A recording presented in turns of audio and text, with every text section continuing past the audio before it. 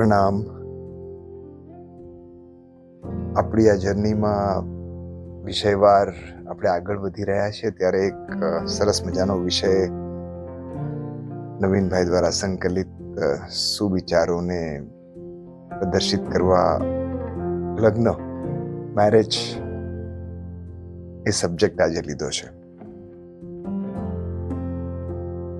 આજના સમયમાં જ્યાં વેસ્ટર્ન વર્લ્ડમાં મેરેજ લગભગ નાશવંત થવાને આરે છે એ સંસ્થા, અને આપણે ત્યાં પણ એના નગારા વાગી ચૂક્યા છે. ત્યારે લગ્ન વિશે કંઈક વિચારો વધારે પ્રસ્તુત થાય છે એવું મને લાગે છે. હજી પણ આ સંસ્થા પ્રત્યેની આસ્થા ઘણા બધામાં છે, પણ સાવચેત થવાની ચોક્કસ જરૂર છે.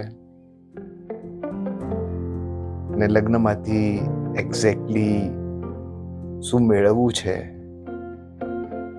એના જો કન્ફ્યુઝન દૂર થઈ જાય તો સ્વર્ગ અહીંયા જ છે. લગ્ન એટલે એક મિનિટમાં ભળી જવાની ઘટના, અને જ્યારે આ ભળવાનું નથી થતું, ફક્ત મળવાનું થાય છે, ત્યારે દુર્ઘટનાઓ સર્જાતી હોય છે.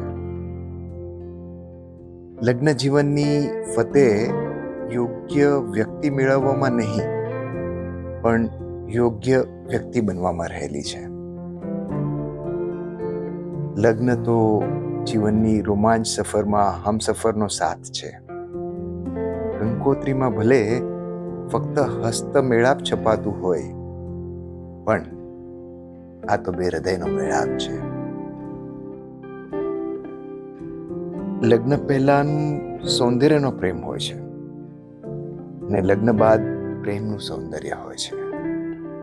એટલે જ ઘણીવાર ઓબ્ઝર્વ કરજો તમે, જે લોકોના લગ્નને 40, 50, 60 વર્ષ જેવા થઈ ગયા હોય, બહુ ઓછા દેખાશે એવા, પણ જે પણ મળી જાય એવા કોઈ સરસ મજાના કપલ, ત્યારે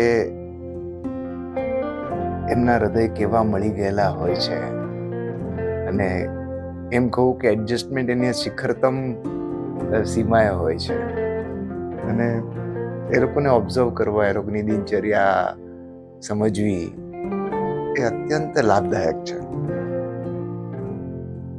લગ્ન જીવનને સફળ બનાવવાનો એક જ રસ્તો છે. પતિએ પત્નીના અને પત્નીએ પતિના પ્રસન્નતા અને સંતોષનો ખ્યાલ સૌ પ્રથમ રાખવો જોઈએ. લગ્ન કરે એટલે સ્ત્રી કોઈ ગુલામ નથી થઈ જતી. એની ભાવનાઓને પણ માન આપો તો જ લગ્ન જીવન ટકી શકે. લગ્ન જીવનમાં ટીકા એ શોક્યનું કામ કરે છે.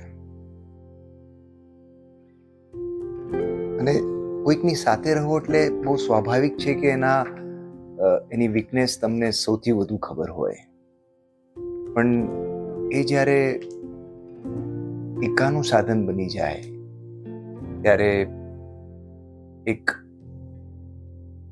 સ્પેસ ક્રિએટ થતી હોય છે, અને પછી ક્યારેય એ ભરાઈ નથી શકતી.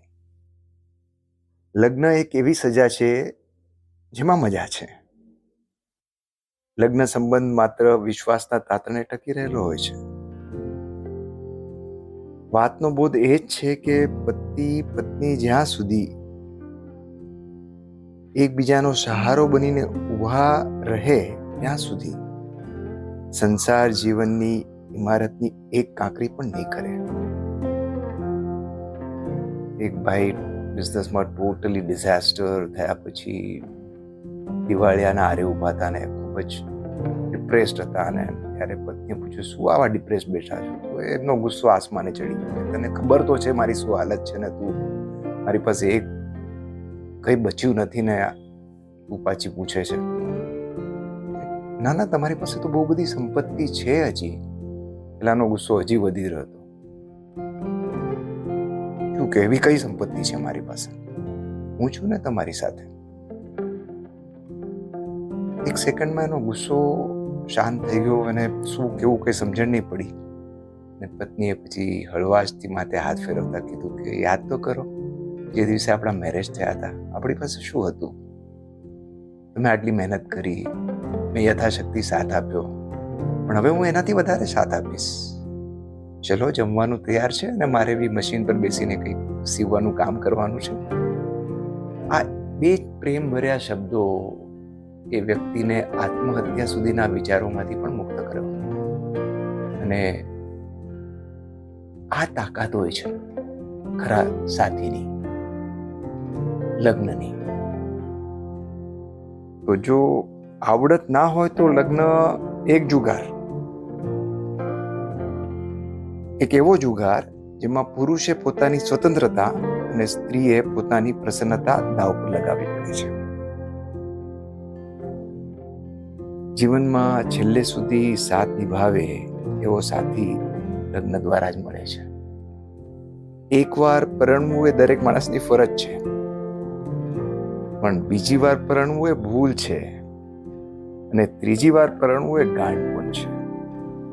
એટલે વેસ્ટર્ન વર્લ્ડમાં તો પૂરેપૂરું ગાંડપણ પાંગર્યું છે. અને હૃદયપૂર્વક એવી ઈચ્છા થાય કે આપણે ચેતી જઈએ એનાથી. ઈમાનદારી અને નિખાલસતા લગ્ન જીવનનો આધાર સ્તંભ છે. લગ્ન નામની બોટલમાંથી પ્રેમનું પરફ્યુમ જ ઉડી ગયું છે.